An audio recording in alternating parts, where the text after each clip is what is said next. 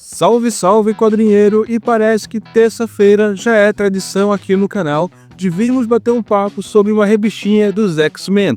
Foi assim na semana retrasada, com o X-Men número 1, Fabulosos X-Men número 1, da editora Panini. Foi assim na semana passada, com o Fabulosos X-Men número 2, da Panini. E vai ser assim nesta terça-feira, mas não começar os X-Men, e sim com a recém-chegada nas bancas segunda temporada da saga dos X-Men. Eu sei que é um pouco tarde, eu sei que provavelmente você já viu um review sobre essa HQ aqui no YouTube, mas eu te convido hoje para ficar aqui nesse vídeo comigo para a gente bater um papo um pouco diferente sobre a segunda temporada dos X-Men. Mas esse bate-papo vai se dar depois da vinheta. Então, quadrinheiro, o que foi que aconteceu? Nós já batemos um papo aqui no canal na ocasião da resenha que fizemos sobre a saga do Lanterna Verde, ao explorar roteiristas que não criaram personagens, mas que ficaram tão interligados por fases memoráveis à frente desses personagens que é impossível fazer uma desassociação. No caso do Lanterna Verde, nós estávamos falando de Geoff Johns. Eu citei nesse mesmo vídeo o caso, por exemplo, do Frank Miller em torno do Demolidor, e é impossível não falar de X-Men sem falar de Chris Claremont. E Chris Claremont é justamente um dos criadores da fase que nós vamos resenhar hoje aqui. Quadrinheiro, quando falamos de X-Men, nós falamos basicamente de, vamos citar aí quatro fases.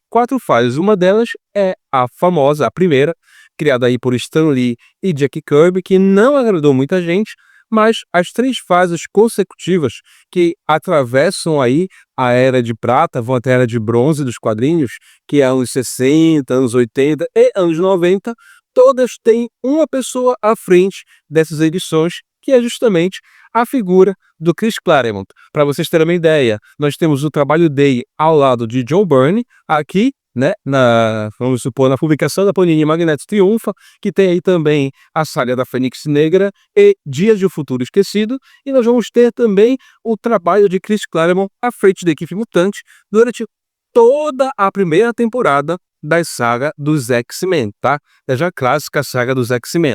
Em quadrinheiro, se por um lado consideramos Len McCaskey dos quadrinhos dos X-Men, a dupla Claremont e John Byrne, nós vamos ter agora, na resenha de hoje, no lançamento de hoje, uma outra dupla, um outro par com o Chris Claremont, que também marcou a história dos quadrinhos mutantes, pois estamos falando da parceria que deu à luz a revista mais vendida, segundo o livro dos recordes, no momento do seu lançamento, que é justamente X-Men 1. Ainda assim do Chris Claremont, mas agora com os desenhos do Jim Lee. E quadrinheiro, por que isso marcou? Por que isso chamou tanta atenção? É o assunto que nós vamos conversar hoje, tá legal? É assim, quadrinheiro, o que a gente conhece muito como a era Image Comics dos quadrinhos, que são grandes nomes como o próprio Jim Lee, Rob Liefeld e todo esse pessoal que vocês já conhecem, tem o seu proto-evangelho escrito aqui. Foi em X-Men número 1 que o mundo se rendeu à belíssima arte dinâmica de Jim Lee, que encanta leitores até hoje. Mas será que essa arte é tão bela assim? Um dos quadrinistas mais influentes e populares das últimas décadas, o sul-coreano Jim Lee sempre despertou opiniões divididas. Para muitos, ele representa o desenhista perfeito de super-heróis. Para outros, é um dos símbolos da saturação e dos excessos que marcaram o gênero no início dos anos 90. Mas, em meio a todas as críticas, é impossível ignorar a qualidade de sua passagem pelos X-Men, especialmente nas histórias criadas em parceria com Chris Claremont. A relação entre os dois foi muito além de uma simples colaboração, foi uma verdadeira sinergia. O talento de Claremont para desenvolver personagens e relações duradouras encontrou nova força no estilo energético e direto de Lee.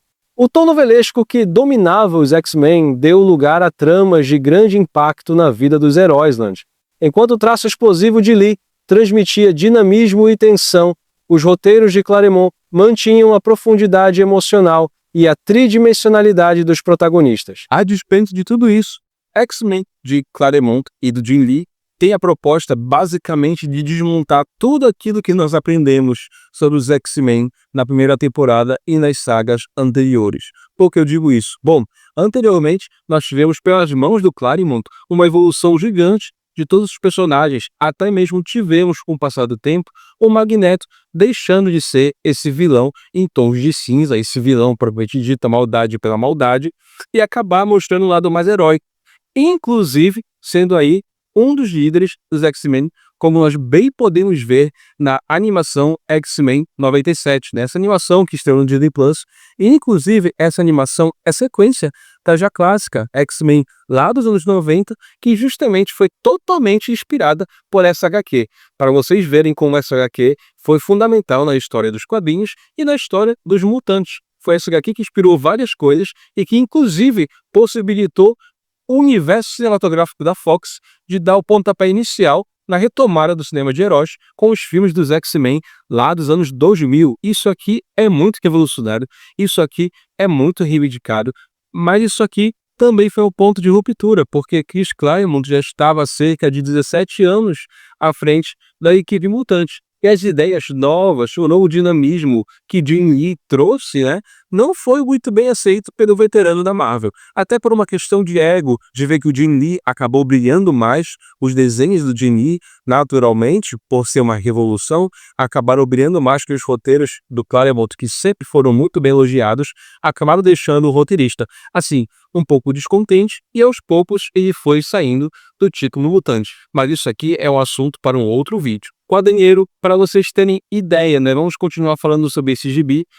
Ao ver o sucesso que X-Men estava fazendo nas bancas e comic shops dos Estados Unidos, a Abril correu para publicar as coisas o mais rápido possível para poder finalmente alcançar a editora, né, a Big N, a Marvel americana, com essa publicação e fazer também aí o seu caminhãozinho de dinheiro. Algo parecido aconteceu com a morte do Super-Homem, também nos anos 90, e por conta dessa discrepância entre publicações de um ano que existe até hoje entre a publicação dos Estados Unidos e a publicação do Brasil, a Abril se viu obrigada a acelerar o passo e publicar logo de uma vez, tanto a saga da morte do Superman, quanto esta belíssima HQ, a qual eu sigo agora e falo com vocês nesse videozinho de terça-feira.